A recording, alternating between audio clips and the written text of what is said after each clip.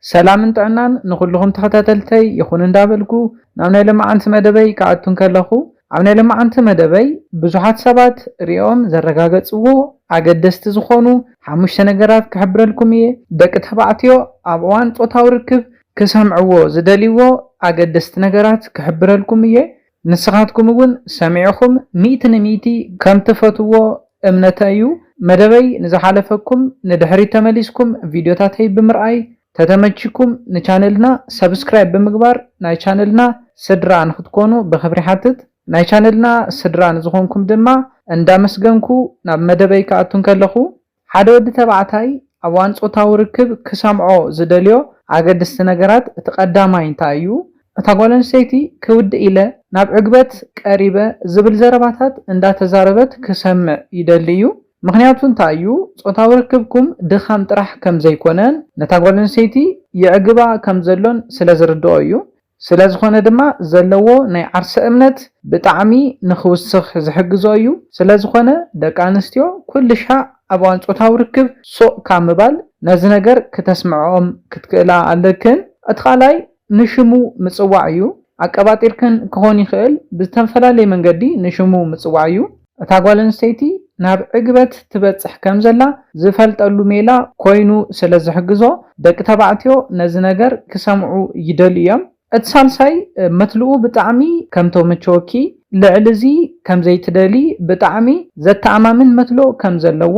ብዛዕባ መትልኡ ዘለኪ አራእያ ኣብትዋን ጾታው ርክብኩም ተትነግርዮ ናይትወዲ ዓርሰ እምነት ብዕጽፊ ዝውስኾዩ ስለዝኾነ ድማ ኣብዋን ጾታው ርክብ ዘጋጥሙ ናይ መትሎ ደውናይ ዘምባል ከምኡውን ቀልጢፍካ ናይ ምውዳእ ጸገም ምስ ዓርሰ እምነት ተታሒዞም ክመጹ ስለዝኽእሉ ነዘን ክልተ ዓበይቲ ጸገማት ንምክልኻል كحجزكم زخيل ميلايو سلازخونه دما اب قصالي صوتاو ركبكم زبلصن عقابين صوتاو ركب نختغبرو زحجزكم بلوص ميلا كم زخونه ክትፈልጣለክን اترابعاي اب هيوتكي كمز عينت صوتاو ركب غيركي كم زيتفلطي منغاريو مسؤول طرح ناي صوتاو ركب لمدي انتهاليكي كمز عينت عقاباي صوتاو ركب غيركم كم زيتفلطو نغريو مسكالي سب ጾታው ርክብ ልምዲ ከምዘለኪ ዝፈልጥ እንተ ኮይኑ ድማ ከምዛ ዓይነት ጾታው ርክብ ጌርክ ከምዘይትፈልጢ ምንጋር ብሉጽ ሜላዩ እዚ ነገር እዚ አባና ብዙሕ ዝተለመደ ኣይኮነን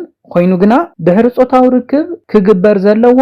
ብሉጽ ሜላዩ ድሕሪ ጾታው ርክብኩም ዝነበረ ጉድለታትን ትዝነበረ አዕጋባይ ጎንታቱን ምዝራብ ንቀጻሊ ጾታው ርክብኩም አገዳሲ ከምዝኾነ ክትፈልጡ ኣለኩም እቲ ሓምሻይን ናይ መወዳእታን ኮይኑ ግና አገዳሲ ዝኾነ ነገር ክንሪን ከለና ኣብዋን ጾታው ርክብኩም ለማዓንቲ ናትካ መዓልትዩ ከምዝደለኻዮ ተሓጎስ ብምባል ነትወዲ ሙሉእ ስልጣን መሃብዩ እዚ